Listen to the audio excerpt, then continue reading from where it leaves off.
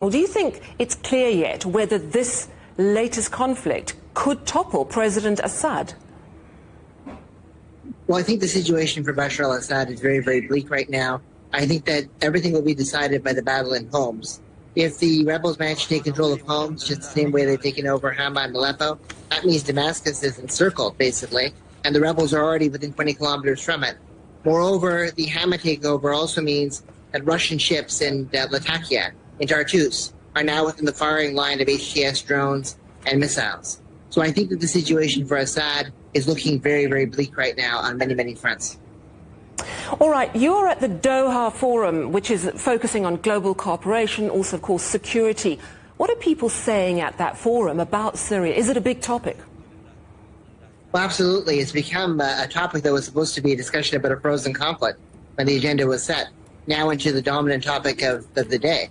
And we just had Russian Foreign Minister Sergei Lavrov over here basically trying to present a bit of a positive face on the situation and also trying to warn people against the evils of HTS, emphasizing the fact that the United States and the United Nations view Hayat Tahrir al-Sham as a terrorist group, whereas the views in the Arab world are actually quite enthusiastic and optimistic. There are many people who obviously are welcoming any news of Assad falling from power. So there's pretty much a split screen between what Sergei Lavrov said and what I'm hearing from many of the Arab delegates here. We are, obviously, it's a very geopolitically tense time. Could this development in Syria realign politics completely in the region and even beyond? I mean, we're seeing reports that some rebel groups are asking Israel to back them in getting rid of Assad. Well, absolutely. I mean, I think that HTS and the rebels have to define themselves to the international community. For many, many years, they were linked in with al-Qaeda, and they were seen to be extremists and terrorists.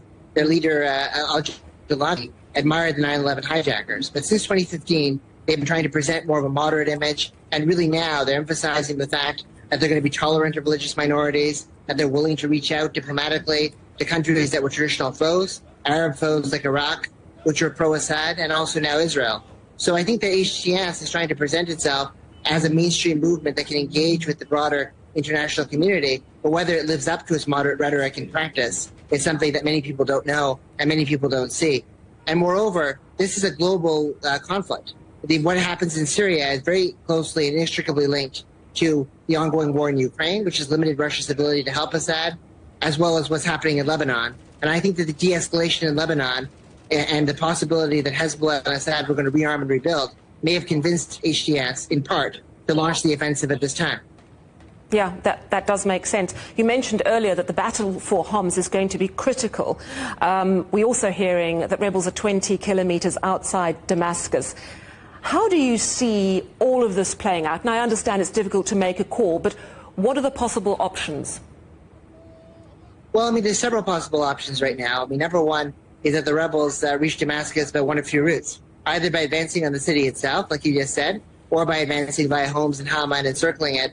And that means Assad and his family flee, most likely to Russia, as some people have speculated, and you have an HTS government on the ground. Alternatively, there's a second solution, which is some kind of a negotiated settlement that allows Assad to leave, some remnant of the regime to stay in place, and HTS to control the majority of the country with a pledge of a transition or elections down the line. And that's something that I think that the Russians and the Iranians might be pushing for if it looks like Assad is nearing his end. A negotiated transition is better for them than an all-out takeover. But I think of those two scenarios that are being discussed here in Doha and amongst my other colleagues, the first scenario of a rapid-fire rebel takeover and Assad fleeing into exile seems to be the most likely one right now. And do you imagine that playing out as rapidly as we've seen this new development, or is it something that could be really drawn out? Well, I mean, I think it could be a lot more drawn out than what we've seen right now, but I think that Assad's days are effectively numbered if the trends continue going as the way they're going. This was in part because of the fact that Assad and Russia underestimated the cogency of the rebels and the threat they might pose to internal stability of Syria. I think that the Russians and the Assad regime were looking much more at Israel as a potential threat and much less at their own population.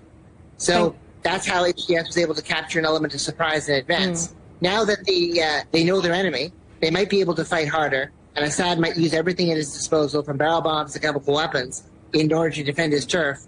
but I think that it's going to be pretty hard for him at this stage to mount a major comeback like he did in 2015.